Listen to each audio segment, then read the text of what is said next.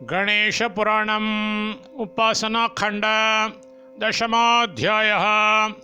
गणेशमङ्गलाभावे व्यासस्य भ्रान्तिः ब्रह्मदेव समीपगमनञ्च। भृगुरुवाच नारायणांश सम्भूतः पाराशर्यो महामुनिः अतीतानागतज्ञाने वेदशास्त्रार्थतत्त्ववेत् कृत्वा वेदं चतुर्भागं तदर्थज्ञानसिद्धये स्वविद्यामदगर्वेण पुराणं कर्तुमारभत।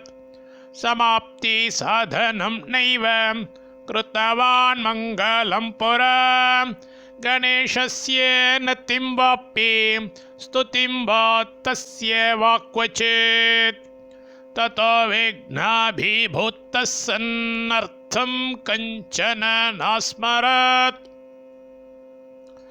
भ्रान्तिरेव भवत्तस्य लौकिके पथि नित्ये नैमित्तिके काम्ये श्रौते स्मार्ते च कर्मणि व्याख्यातुर्वेदशास्त्राणां सर्वज्ञस्य स तेऽपि च औषधीभिश्च मन्त्रैश्च भग्नवीर्य इव हिरट् तस्तम्भेष्वात्मनि भृशं तद्धेतुं नाभ्यगच्छत। ततो गच्छत् सत्यलोकं धातारं पृष्टुमादरात् विस्मयाक्रान्तहृदयो ह्रीनपाराशरो मुनिः नमस्कृत्वा देवगणान् देवर्षीन् कमलासनं पूजितो ब्रह्मणा दत्ते निशसादासने शुभे पाणिना च स्पृशत्पादौ पाराशर्यो महामुनिः प्रणयावनतो भूत्वा ब्रह्माणं प्रष्टुमारभत। व्यास उवाच ब्रह्मन्नद्भुतमेतद्धि किं मे दैवादुपस्थितं वेदार्थानि पुराणानि कर्तुं मे बुद्धिरादृता।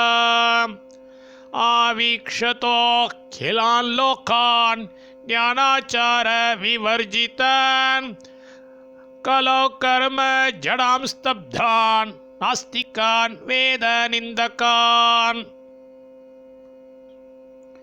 विधिं चैव निषेधं च ज्ञास्यन्ति मम वाक्यतः ममैव तु गतं ज्ञानं भ्रान्तक्षेभ इवाभवम् न हेतुं तत्र पश्यामि स्फूर्तिः कापि न जायते तद्धेतुं स्फूर्तिहेतुं च प्रष्टुं त्वामहमागतः अन्यं कं शरणं यामि विना त्वां चतुरानन सर्वज्ञ सर्वकर्ता त्वं मम भ्रान्तिं निवारय।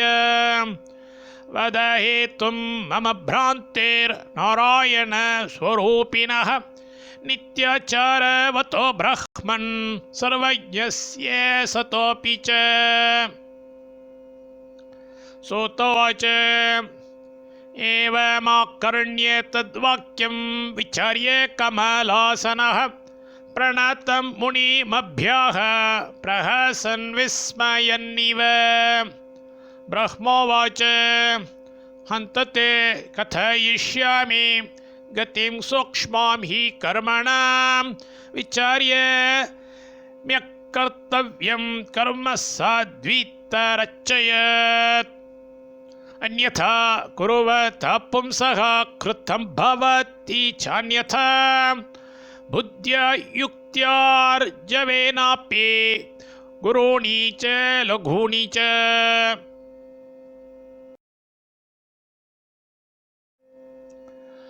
कार्याणि साधयेत् धीमान् न गर्वान् न च मत्सरात् वाहनत्वं समापन्नो गर्वेण तु खगेश्वरः मत्सरान् नाशीतं सर्वम् आभिकेय सुतेन च मत्सरादेव रामेण क्षत्रमुत्सादितं पुरा यो नादि निधनो देवो जगत्कर्ता जगन्मयः जगद्धाता जगद्धर्ता सदसद्व्यक्तमव्ययम् यो कर्तुं अन्यथा कर्तुं शक्तकर्तुं च सर्वदा यस्याज्ञावशगा नित्यं देवा इन्द्रपुरोगमाः अहं विष्णुश्च रुद्रश्च सूर्याग्निवरुणादयः यो विघ्नहर्ता भक्तानां विघ्नकर्तेतरस्य च तस्मिंस्त्वं कृतवान् गर्वं स्वविद्याबलसंश्रयात् सर्वज्ञताभिमानेन न कृतं पूजनं त्वया स्मरणं वा गणेशस्य प्रारम्भेऽन्यस्य वा तथा न कृतं च त्वया व्यास तेन भ्रान्तिस्तव नघ आरम्भे सर्वकार्याणां प्रवेशे वापि निर्गमे श्रौते स्मार्ते लौकिके यो स्मृते विघ्नं करोति च श्रौते स्मार्ते लौकिके यो स्मृतो विघ्नं करोति च